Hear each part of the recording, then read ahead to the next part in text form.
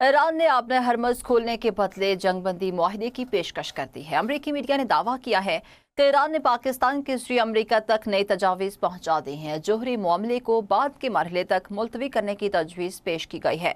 अमरीकी ओहदेदार के मुताबिक तजवीज़ में आपने हरमज को दोबारा खोलना शामिल है। ईरानी तजवीज़ में जंग के खात्मे के लिए मुआहिदा करना भी शामिल है।